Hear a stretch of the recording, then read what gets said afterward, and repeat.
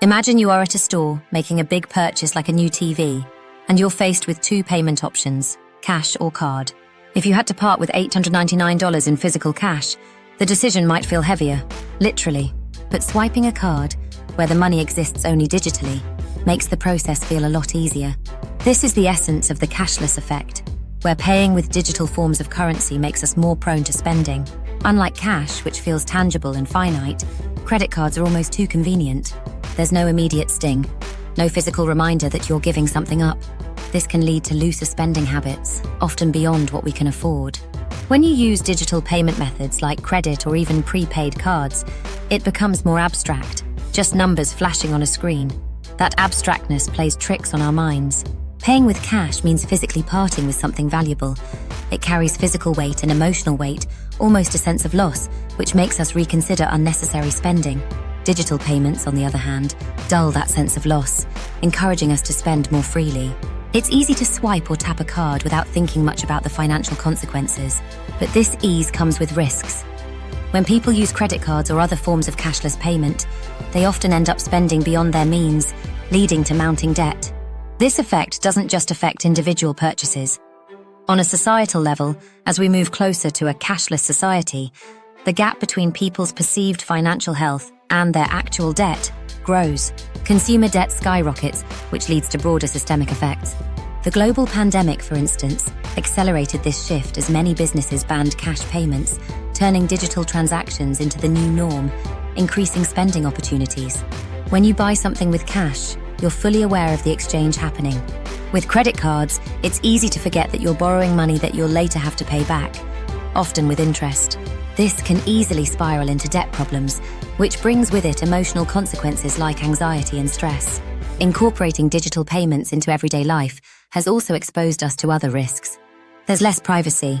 Our spending habits leave digital footprints that companies use to target us with personalized ads. Each swipe or click is tracked, and businesses take advantage of this data to nudge us into spending even more. But why does this happen?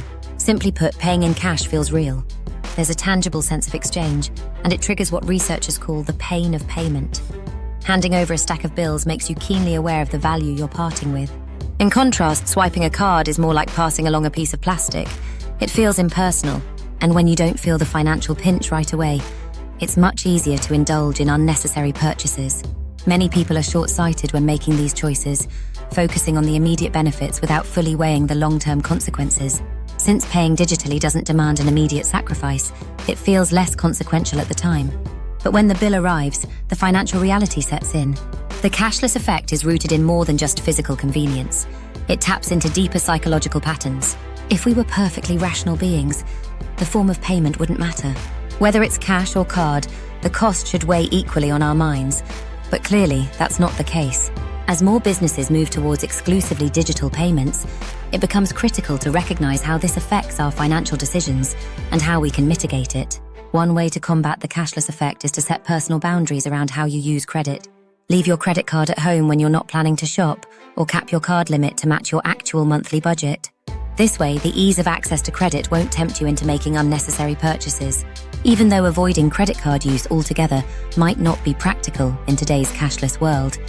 We can learn to recognize the triggers that make us spend more and use strategies to counteract them. From creating stricter budgets to limiting access to credit, there are steps we can take to reduce the impact of the cashless effect on our financial health. In a world that's rapidly evolving towards total digital payments, it's crucial to stay aware of how these methods can trick our brains into spending more than we intend. Recognizing the cashless effect is the first step to smarter, more responsible consumer behavior. And don't worry, it won't cost you anything to like, share, and subscribe.